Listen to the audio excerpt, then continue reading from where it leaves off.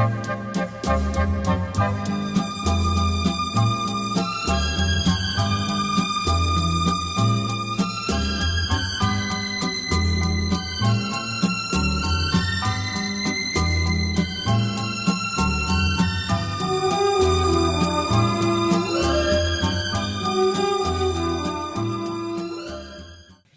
guys, for today's topic, we're gonna be talking about food production and the environment because our food source comes from our environment on what's the availability and the sustainability for consumption.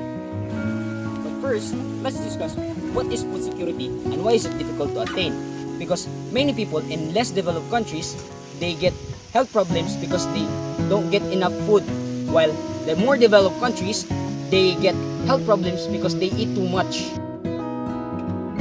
Wow, it's a nice sunset. But let's first talk about our environment. A food desert is an urban area where people have little or no easy access to food, traveling long distances, just like their source for water and their food. Due to lack of transportation, just like vehicles, motorcycles, bikes, sometimes they travel just by walking.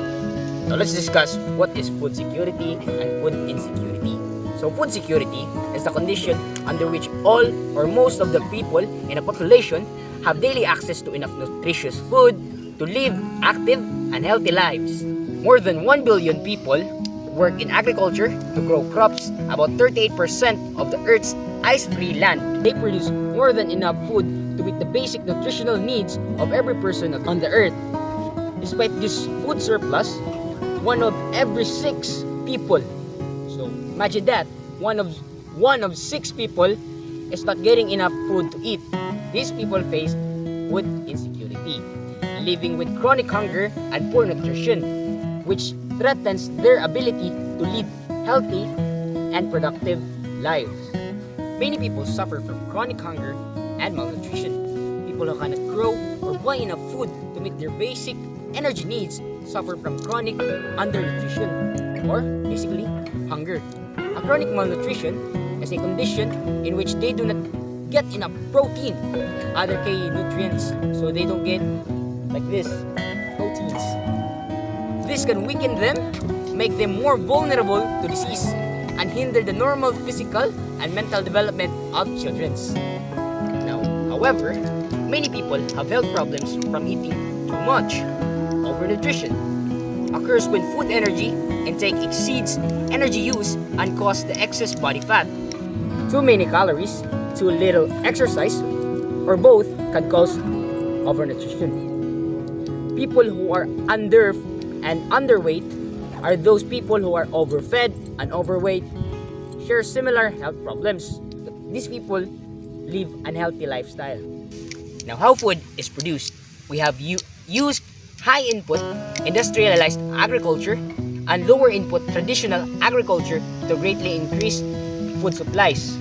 Now, food production has increased dramatically. 3 systems supplies most of the world's food croplands that produce grains, primarily rice, wheat, and corn, provide about 77% of the world's food. The rest is provided by range, lands, pastures, and feedlots that produce meat and meat products, and fisheries and aquaculture or fish farming. Let's talk about the principle of sustainability, which calls for depending on a variety of food sources as an ecological insurance policy or for dealing with charges in environmental conditions that have occurred throughout human history. So the principle of sustainability is that we could sustain our food for future uses or future generation. Now, industrialized crop production relies on high input monocultures. The 2 major types of agriculture are industrialized agriculture and subsistence agriculture. Industrialized agriculture or high input agriculture uses heavy equipments along with large amounts of financial capital, fossil fuels, water, commercial inorganic fertilizers, and pesticides to produce single crops or monocultures. Because about plantation agriculture is a form of industrialized agriculture that used primarily in tropical less developed countries. It involves growing cash crops such as banana, coffee, vegetables, soybeans, mostly to feed livestock, to produce sugar and ethanol fuel, and palm oil. Traditional agriculture often relies on low-input polyculture. Traditional low-input agriculture provides about 20% of the world's food crops on about 75% of the cultivated land, mostly in less developed countries. So, traditional subsistence agriculture supplements energy from the sun with the labor of humans and draft animals, produce enough crops for a farm family survival with a little left over to sell or as reserve for hard times. Now, traditional intensive agriculture, farmers try to obtain higher crop yields by increasing their inputs of humans and draft animal labors, manure for fertilizer and water. Now, what is polyculture? It's an application of the biodiversity principle of sustainability because crop diversity helps protect and replenish the soil and reduces the chance of losing most or all of the year's food supply to pests, bad weather, and other misfortunes. So organic agriculture is on the rise. A fast-growing sector on the US and the world economies is organic agriculture, in which crops are grown without the use of synthetic pesticides, genetically engineered varieties, animals must be raised on 100% organic feed without the use of antibiotics or growth hormones. Now, fish production and shellfish production have risen dramatically. So fishery is a concentration of particular aquatic species suitable for commercial harvesting in a given ocean area or inland body of water. Fish and shellfish also produce through aquaculture or fish farming. Fish farming is the practice of raising fish in freshwater ponds, lakes, reservoirs, and rice paddles, and in underwater cages in coastal and deeper ocean waters. And continuation, now let's proceed to what environmental problems arise from industrialized food production. Future food production may be limited by soil erosion and degradation, desertification, irrigation water shortage, air and water pollution, climate change, and loss of biodiversity. Producing food has major environment impacts. Industrialized agriculture has allowed farmers to use less land to provide more food, and this has helped to protect biodiversity in many areas by reducing the destruction of forests and grasslands for farming. Topsoil erosion is a serious problem in parts of the world. Soil is literally the foundation of life in land. Topsoil, the fertile top layer of many soils, is a vital component of natural capital because it stores the water and the nutrients needed by the plants. Natural capital degradation. Flowing water from rainfall is the leading cause of topsoil erosion, as seen on the farm in the United States of Tennessee. Severe water erosion can become gully erosion, which has damaged the cropland in western Iowa. Natural capital degradation. Biodiversity loss. Conversion of grassland, forest, and waterlands to crops or rangeland fish. Kills from pesticide, runoff killing of wild predators to protect livestock, loss of agrobiodiversity replaced by monoculture strains. Soil erosion, loss of fertility, salinization, water logging, and desertification. Water aquifer depletion, increased runoff, sediment pollution, and flooding from cleared land, pollution from pesticides, algal blooms, and fish kills caused by runoff of fertilizers and farm waste. Air pollution, emissions of greenhouse gases, carbon dioxide from fossil fuel use, nitrogen from inorganic fertilizer use, and methane from cattle, other air pollutants from fossil fuel used by pesticide sprays.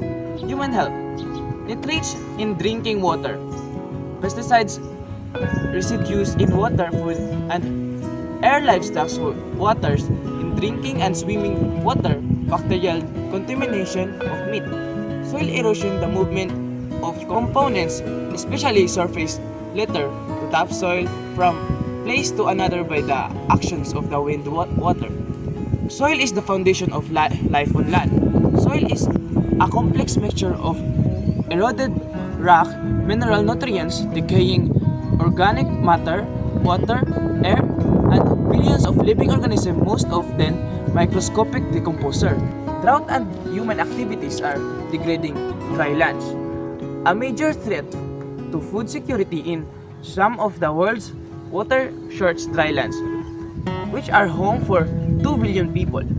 Desertification, the process in which the productive potential of topsoil falls by 10% or more because of combination of prolonged drought and human activities that expose topsoil to erosion. Excessive irrigation has serious consequences. Soil salinization. Repeated application of irrigation water in dry climates lead to the gradual accumulation of salts in the upper soil layers, a soil degradation process. Waterlogging lowers the productivity of croplands and kills them after prolonged exposure because it deprives plants of the oxygen they need to survive. At least 10% of the world's irrigated land suffers from this worsening problem, according to FAO. Agrobiodiversity, the genetic variety of animal and plant species used on farms to produce food. Scientists estimate that since 1900s, we have lost 75% of the genetic diversity of agricultural crops that existed then.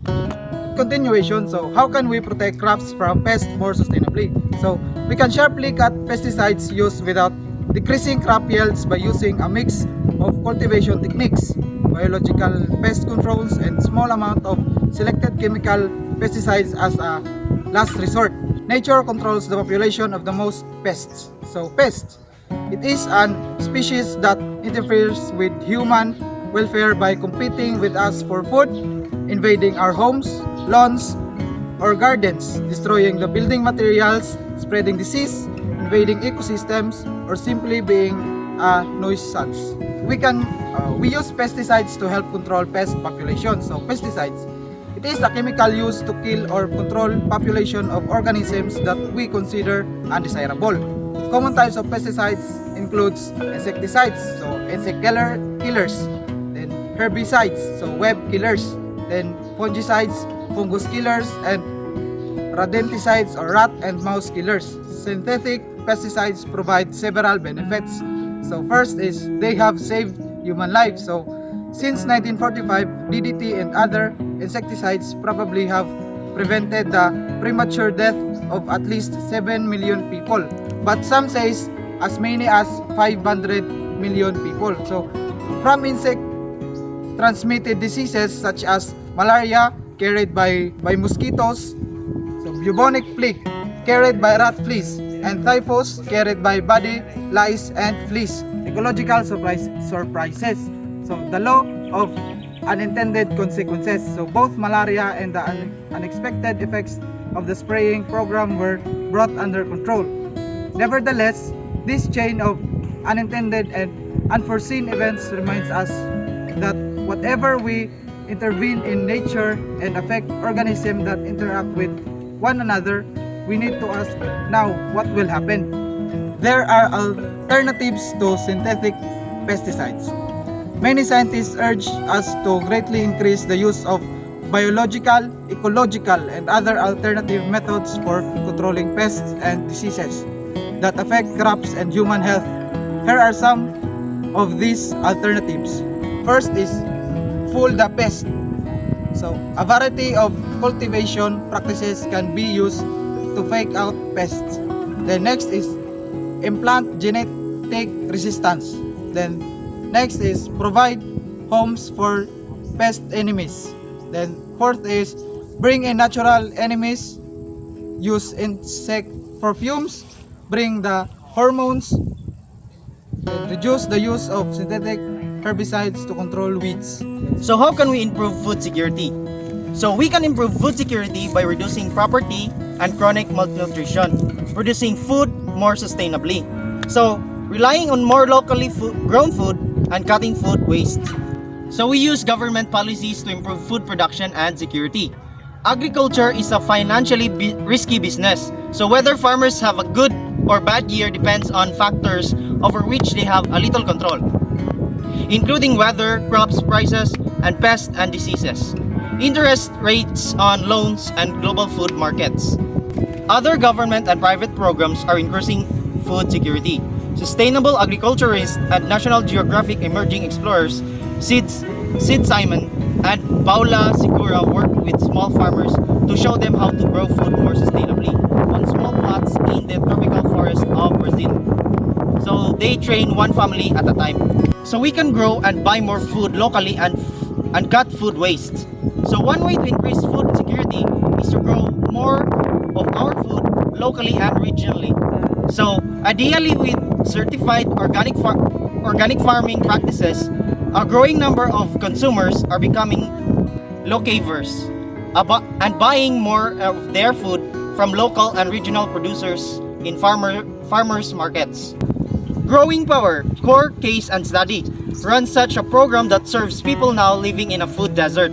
So in some communities including Raleigh, North Carolina, and Mobile Grocers on Wheels business brings fresh and healthy food to people who live in food deserts. How can we produce food more sustainably? We can produce food more sustainably by using resources more efficiently, sharply decreasing the harmful environmental effects of industrialized food production, and eliminating government subsidies that promote such harmful impacts. Many farmers are reducing soil erosion, land use for food production, and must have fertile topsoil which takes hundreds of years to form. Soil conservation involves using a variety of methods to reduce topsoil erosion and restore soil fertility, mostly by keeping the land covered with vegetation. In-contour planting can be used to reduce topsoil erosion. It involves plowing and planting crops in rows across the slope land rather than up and down. We can restore soil fertility. The best way to maintain soil fertility is through topsoil conservation, especially through methods that keep topsoil covered with vegetation. Inorganic fertilizer derived from plant and animal material or synthetic or inorganic fertilizer made of inorganic compounds that contain nitrogen, phosphorus, and potassium along with trace amounts of other plants' nutrients. So these are several types of organic fertilizer. Number 1, animal manure. Number 2, grain manure, and the last is compost. We can reduce soil sanitization and desertification. We know how to prevent and deal with soil sanitization. As summarized, the problem is that most of these solutions are costly. Reducing desertification is not easy. We can control the timing and location and prolong growth caused by change in weather and climate patterns. We can produce meat and dairy products more efficiently. Meat production has a huge environmental impact, and meat consumption is the largest factors in growing. We can make a shift to more sustainable food production. Modern industrial food productions has yielded huge amounts of food at affordable prices, but to a growing number of analyses, it is unsustainable because it violates the three scientific principles of sustainability. Growing power and sustainability. This chapter began with a look at how the ecological-based urban growing power in farm. It is providing diversity of good food the people living in a food desert. It's founded Will Allen in demonstrating how organic food can be grown more sustainability at affordable prices.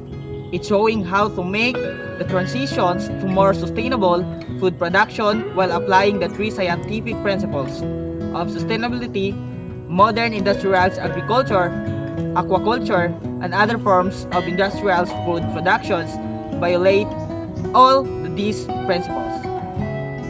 now that you have learned about food production and the environment, about their correlation between the two. So till our next topic, guys. Bye-bye.